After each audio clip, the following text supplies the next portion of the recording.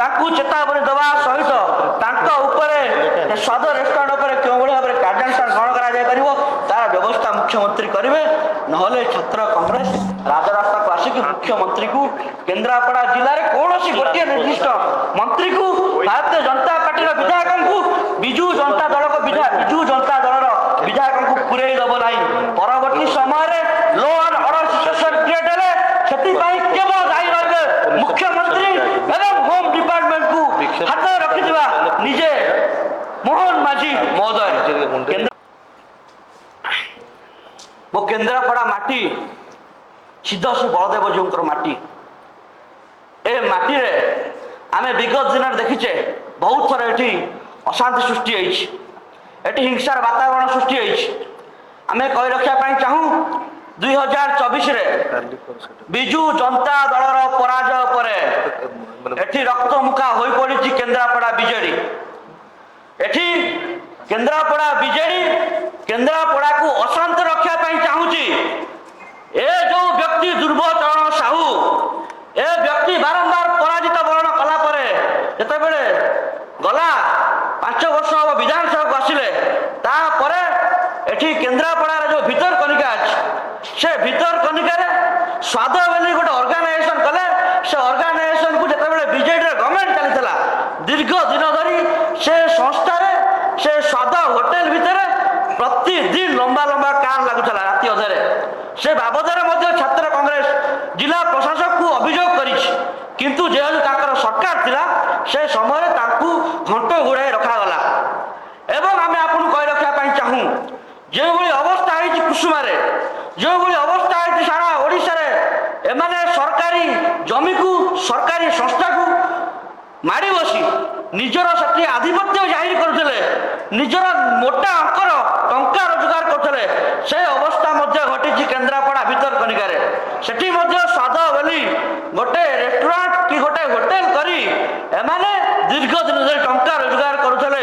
ଦୁର୍ବ ସାହୁ ତାଙ୍କୁ ପ୍ରତିଟି ସମୟରେ ସହଯୋଗ କରୁଥିଲେ। ମାହାଙ୍ଗାର ପୂର୍ବତନ ବିଧାୟକ ପ୍ରତାପ ଜେନା। ଯାହା ହଉ, କିନ୍ତୁ ଏହା ପରେ 2024ରେ ସରକାର ବଦଳିଛି। ଭାରତୀୟ ଜନତା ପାର୍ଟି ଏଠି ଯିଏ ମୁଖ୍ୟମନ୍ତ୍ରୀ ଅଛନ୍ତି ମୋହନ ମାଝୀ, ସେ ସାରା ଓଡ଼ିଶା ବୁଲି କହୁଛନ୍ତି ମୁଁ ହଉଛି ଆପଣଙ୍କର ଲୋକଙ୍କର ମୁଖ୍ୟମନ୍ତ୍ରୀ। ଆମେ ମୋହନ ମାଝୀକୁ କହି ରଖିବା ପାଇଁ ଚାହୁଁ, ଆପଣ 4.5 କୋଟି ଓଡ଼ିଆକୁ ମେସେଜ ଦଉଛନ୍ତି ଆପଣ ଲୋକଙ୍କର ମୁଖ୍ୟମନ୍ତ୍ରୀ। କଣ ଅସୁବିଧା ହେଇଛି କେନ୍ଦ୍ରାପଡ଼ାରେ? ଆପଣ ସ୍ୱାଦକୁ ଆଜି ପର୍ଯ୍ୟନ୍ତ ସିଲ୍ କରିପାରିଲେ ନାହିଁ। ଏହା ଭିତରେ ଆପଣ ବାରମ୍ବାର ଓଡ଼ିଶାର ଦଙ୍ଗା ସୃଷ୍ଟି କଲେଣି। ଏଠି କେନ୍ଦ୍ରାପଡ଼ା ଅଶାନ୍ତ ହେଲାଣି। ଆମେ ଚାହୁଁନୁ ବଳଦେବଜୀଉ ମାଟିରେ ଯେମିତି ପୂର୍ବରୁ ଅଶାନ୍ତ ସୃଷ୍ଟି ହେଉଥିଲା ସେ ଅଶାନ୍ତକୁ ରିପିଟ୍ କରିବା ପାଇଁ ଆମେ ଏଠି ମୋହନ ମାଝୀଙ୍କୁ କହି ରଖିବା ପାଇଁ ଚାହୁଁ, ଆପଣ ମୁଖ୍ୟମନ୍ତ୍ରୀ ଦାୟିତ୍ୱରେ ଅଛନ୍ତି, ହୋମ୍ ଡିପାର୍ଟମେଣ୍ଟକୁ ହାତରେ ରଖିଛନ୍ତି। ଆପଣଙ୍କର କଣ ମେକାନିଜିମର ଅଭାବ ରହିଛି? ଆପଣ ଗୋଟିଏ ରେଷ୍ଟୁରାଣ୍ଟ ଗୋଟେ ହୋଟେଲ ଉପରେ ଆପଣ କାର୍ଯ୍ୟାନୁଷ୍ଠାନ ନେଇପାରୁନାହାନ୍ତି ଜିଲ୍ଲା ପ୍ରଶାସନକୁ ଲଗାଇ। ଇଏ ହଉଛି ଏଠି ଯୋଉ ପିପୁଲ୍ସ ଚିଫ ମିନିଷ୍ଟରଙ୍କର ପାରିବା ପଣିଆ, ବୁଲି ବୁଲି ବାହାଦୁରୀ ମାରି କହୁଥିବା ଯେ ଲୋକଙ୍କର ମୁଖ୍ୟମନ୍ତ୍ରୀଙ୍କର ବାହାଦୁରୀ ପଣିଆ। କିନ୍ତୁ ଆପଣ ଦେଖିବେ ଖାଲି କେନ୍ଦ୍ରାପଡ଼ା ନୁହେଁ, ଗତକାଲି ବରଗଡ଼ରେ ମଧ୍ୟ ସେ ଅବସ୍ଥା ଘଟିଛି। ଆମେ କହି ରଖିବା ପାଇଁ ଚାହୁଁ ମୁଖ୍ୟମନ୍ତ୍ରୀକୁ, ଆମେ କହି ରଖିବା ପାଇଁ ଚାହୁଁ ହୋମ ଡିପାର୍ଟମେଣ୍ଟକୁ, ଆପଣ ବାଲେଶ୍ୱର, ସୁନ୍ଦରଗଡ଼, ବରଗଡ଼ର ରିପିଟ୍ କରାନ୍ତୁନି କେନ୍ଦ୍ରାପଡ଼ାରେ। ଏ କେନ୍ଦ୍ରାପଡ଼ା ମାଟି ସିଦ୍ଧ ବଳଦେବଜୀଉଙ୍କ ମାଟି। ଏ ମାଟିରେ ଆମେ ହିଂସା, ଏ ମାଟିରେ କ୍ଷମା କରିବେ, ମାଟିରେ ଆମେ ହିଂସା, ଏ ମାଟିରେ ଆମେ ଅଶାନ୍ତି ଗୋଟିଏ ସେକେଣ୍ଡ ଦେଖି ରହିପାରିବୁ ନାହିଁ। ଆମେ ବାରମ୍ବାର ଚେତାବନୀ ଦଉଛୁ ହୋମ ଡିପାର୍ଟମେଣ୍ଟକୁ, ମୁଖ୍ୟମନ୍ତ୍ରୀକୁ, ଆପଣ ୟା ଉପରେ କାର୍ଯ୍ୟାନୁଷ୍ଠାନ ନିଅନ୍ତୁ। ଏଠି ସ୍ୱାଦ ରେଷ୍ଟୁରାଣ୍ଟ ସରକାରୀ ଜାଗା, ସରକାରୀ ବ୍ୟବସ୍ଥା ଭିତରେ ବେସରକାରୀ ସଂସ୍ଥା ପଶି ଯୋଉ ମୋଟା ଅଙ୍କରେ ଟଙ୍କା ରୋଜଗାର କରୁଥିଲେ ତାର ରିପିଟେସନ ବନ୍ଦ ହଉ, ସେ ଜିନିଷ ବନ୍ଦ ହଉ। ନହେଲେ ଛାତ୍ର କଂଗ୍ରେସ କେଉଁଭଳି ଭାବରେ ଆପଣଙ୍କୁ ବିରୋଧ କରିବ ଏବଂ ମୁଖ୍ୟମନ୍ତ୍ରୀଙ୍କ ଘର ଭିତରେ ପଶିକି ତାଙ୍କୁ ଚେତାବନୀ ଦେବା ସହିତ ତାଙ୍କ ଉପରେ ସ୍ୱାଦ ରେଷ୍ଟୁରାଣ୍ଟ ଉପରେ କେଉଁଭଳି ଭାବରେ କାର୍ଯ୍ୟାନୁଷ୍ଠାନ ଗ୍ରହଣ କରାଯାଇପାରିବ ତାର ବ୍ୟବସ୍ଥା ମୁଖ୍ୟମନ୍ତ୍ରୀ କରିବେ।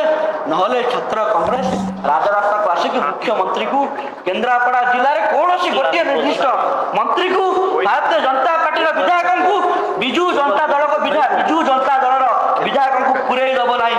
ପରବର୍ତ୍ତୀ ସମୟରେ ଲୋ ଆଣ୍ଡ ଅର୍ଡର ସିଚୁଏସନ